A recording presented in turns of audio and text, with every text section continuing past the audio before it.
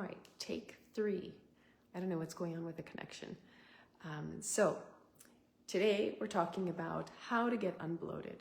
And, I think today more than ever, we're facing things that we didn't have to face 30 years ago or even 20 years ago, but we know that there's more genetically modified foods. We know that there are more chemicals in our foods.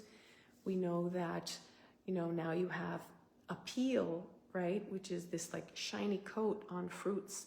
And apparently now it's been approved even on organic foods. So I think the frustration that many people are feeling around our food supply is that they don't know where to buy food that is safe and healthy and not loaded with pesticides, additives, and coloring, right? Because even coloring is happening to some of our meat. And, they're putting God knows what in some of the meat. So I am seeing, as a natural medicine practitioner, more and more people complaining or coming with reporting abdominal distension, so bloating, constipation, or irritable bowel syndrome, or leaky gut issues, and a whole, series of gut issues. And when they get diagnosed by a doctor, then they're oftentimes prescribed pills. The problem with the pills is that if we don't read the side effects,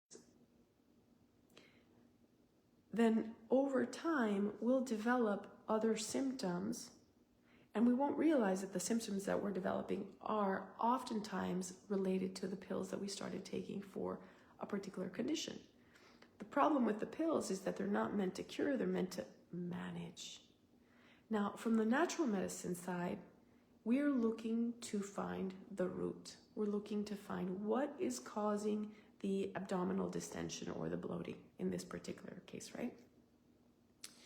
So what I see oftentimes is that because we don't test for parasites in this country, I'm talking about the US, right? Because I'm in the United States, but this is true for Canada and it's true for some other countries. Because we don't have those routine tests, then most people think that it's not an issue, that it's not something they have to worry about. But the truth of the matter is that most people, the vast majority, if not just about everybody, has parasites. And when there's an overpopulation of parasites, what do parasites do? Many of them release neurotoxic gases that do what? They bloat, they inflame, they slow down your gut, and they interrupt the flow of fecal matter through the intestines, right? So don't mean to be gross, but it is what it is. So a lot of constipation is caused by these little, microscopic, bugs, and sometimes they're not so microscopic. Now, meanwhile, these guys are feeding off of bacteria, good and bad bacteria, and oftentimes doctors will say, well, take probiotics, right? Or specialists will say, well, take probiotics. But guess what? The parasites like the probiotics too. So here you are thinking, well, I'm going to take some probiotics because it's good for my health. And while they're wonderful for your health, they're also wonderful for the parasites. So you're feeding them too. So I typically like to recommend enzymes because enzymes are meant to help us break down food, eliminate waste in our body, and help us absorb the nutrients, converting it to energy. So it's really food for our cells. And parasites can interrupt the production of enzymes. So enzymes taken in are going to function the way it should be.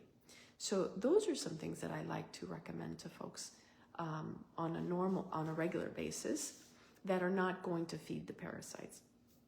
And at the same time, they're going to help create good gut biome so that the good can overpower the bad, right? Now, the other thing that I like to recommend for people is stop drinking water in plastic. Stop buying plastic water because studies already have proven that these nanoparticles of plastic are being absorbed. And these can also interrupt our hormones and digestive functions and lead to health issues, none of us should be absorbing nor having to digest plastic. So try to have more water, but not plain water, because that's another area that's an issue. Drinking basically dead water with no minerals, doesn't necessarily hydrate us accurately or adequately. Adding a little bit of Celtic salt to our water will help not only hydrate us better, but also mineralize us better.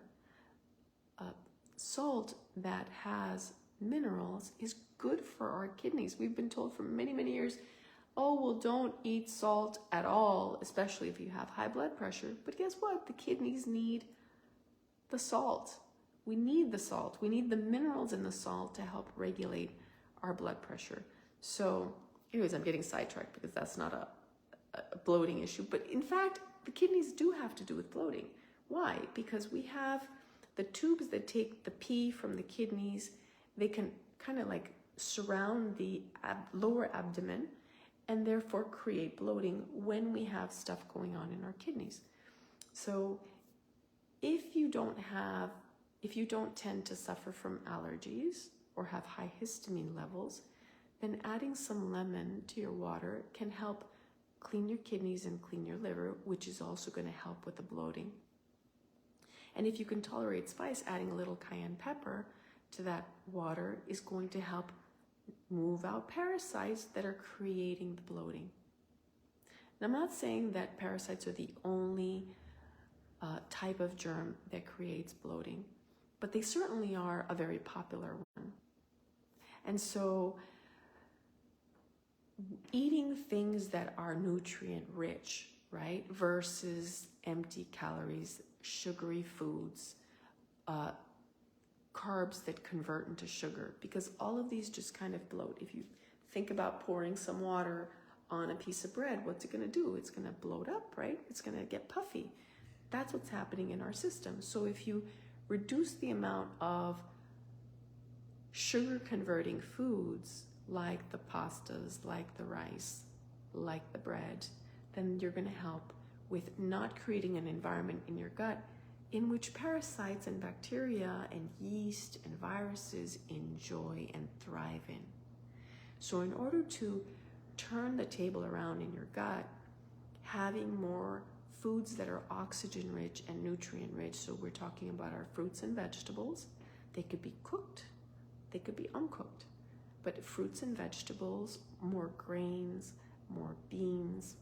Even though we say, oh, but beans give me gas.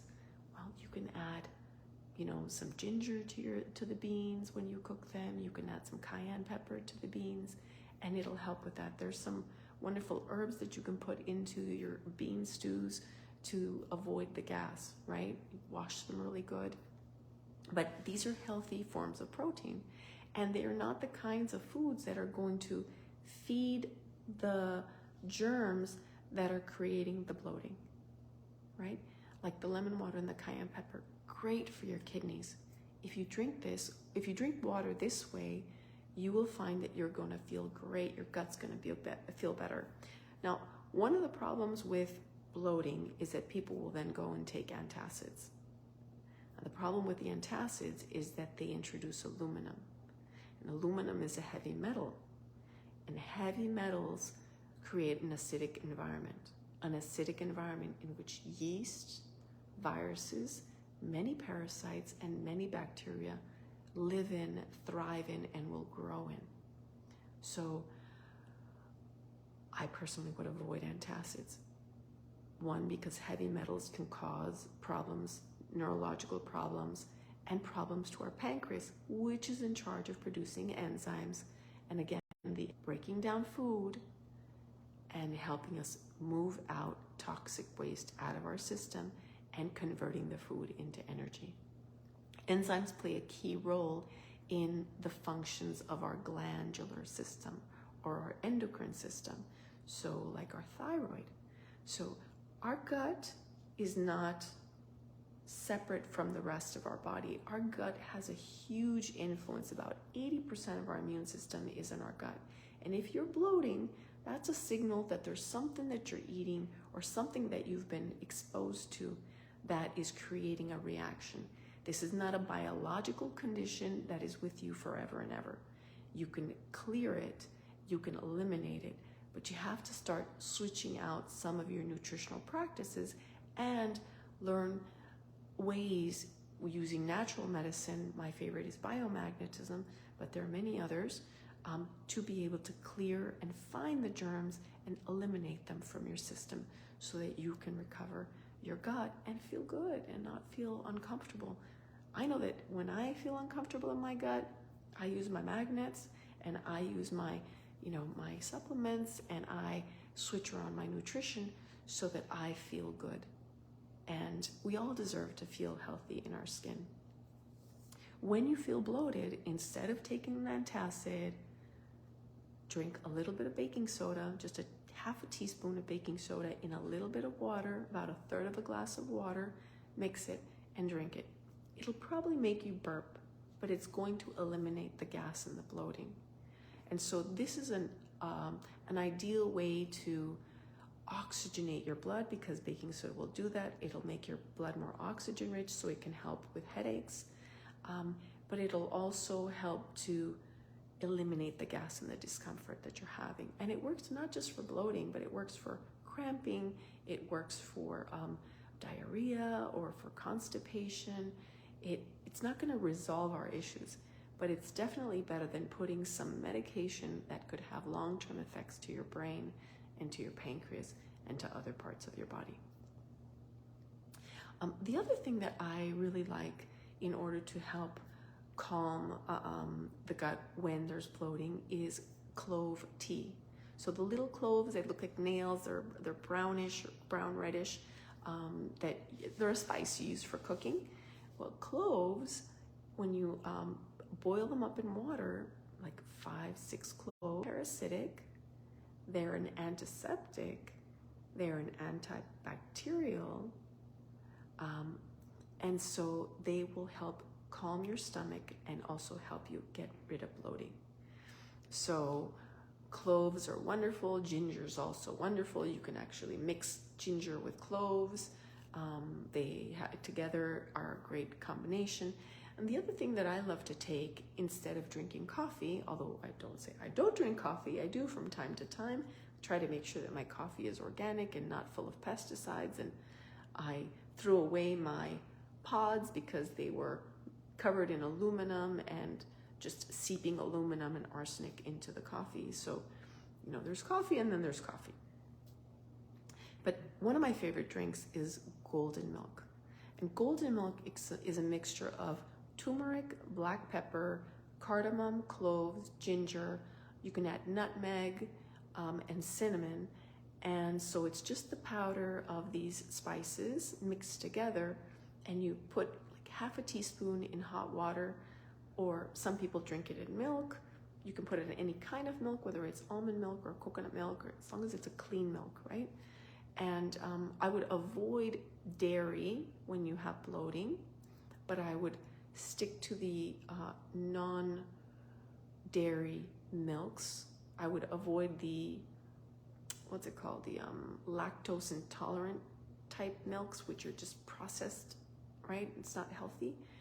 But like clean almond milk, clean coconut milk, those milks, heat them up, add half a teaspoon of golden milk, some honey, and it's a wonderful soothing beverage that will calm your gut. It actually can help you lose weight. And it also is calming to the mind, right? So it boosts our immune system. It's from India. It's part of Ayurvedic medicine.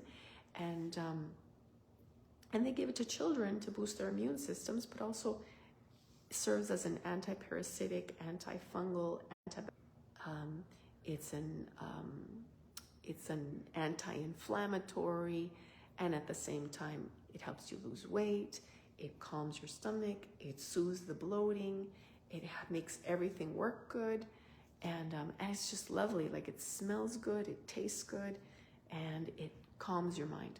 So golden milk is another one of those drinks that I absolutely love, and works wonders. And so those are some things. Now, of course, there's the peppermint teas that also can help with bloating. There's the chamomile teas that can help with the bloating. But even like chewing on a clove or chewing on a seed of cardamom, when you're feeling uncomfortable, will help. One of the things that I do is I'll have some basil leaves in the morning. I know it sounds weird, but I have a hydroponic garden indoors, and so I have lots of fresh basil. And so I'll just grab a couple leaves every morning and I'll just chew them. They're good for digestion, and they're good for bloating, and they're good for a lot of things. Basil is a highly medicinal plant that can help us in many ways. So those are just some ways in which we can help reduce bloating, but we got to be mindful. Think about the things that you're having and when you're having them. Like, think about, are you having heavy meats at night, right? And it's so wonderful to see everybody joining here. We've got Beatriz from Colombia, and Stella from Miami, and Emily from South Carolina. And then we have Mo from Miami. And so welcome. Okay, so in order to think about, okay, how are we eating and how is that helping us, or how is it not helping us, right? Having heavy meats at night is definitely going to subtract from the equation, because meat and pork red meat can take, beef can take about at least 3 days to digest. And then pork can take about 7. Think about how long these products are in your system, going through your gut, slowing down your energy level, right? Because the more your gut has to work at digesting something, the more you feel a low. And then you have meats like the fishes or chicken or turkey, and those can be digested very quickly and converted into nutrients, right? So we also want to make sure that we're getting things that are not farm raised, not given tons of pesticides, that are, I realize that we're facing an uphill battle in terms of eating well and finding good nutrition. But if we look at making some minor changes in how we eat, and when we eat what we eat, and how often we eat certain things, then we'll find that we will feel better. So having red meat a couple times a month instead of 2, 3, 4 times a week can really make a difference in terms of how you feel, your energy levels, how you're digesting, your overall health, and even losing weight, right? Because again, they take a long time to get through our system.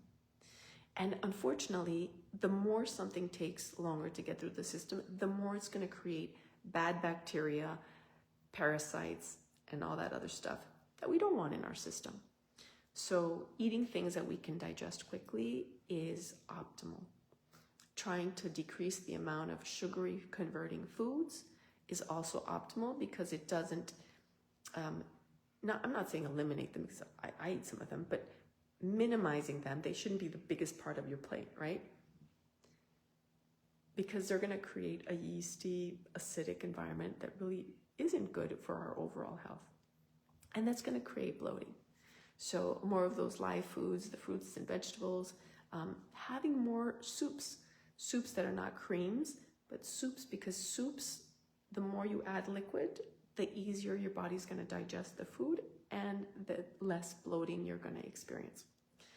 So I hope some of these tips are helpful, and you can always message me and ask me questions on what to do. If you have a personal question, I'm happy to answer those. But I would, again, baking soda, a little pinch of baking soda in your water, adding some lemon to your water, adding cayenne pepper to your water, having water that's mineralized. And I don't mean seltzer water. That's, they call it mineralized, but it's really not. It can actually decalcify your bones. So having water that's filled with minerals like Celtic salt has somewhere between 72 to 90 something minerals, right? Which we need for all of our body functions. And then again, clove tea, ginger tea, chamomile tea, peppermint tea, golden milk. These are all wonderful ways in which we can help to reduce bloating in our system and help our health. I'm Gaia, the Magnet Lady. Thank you for joining me tonight, and I look forward to sharing more with you.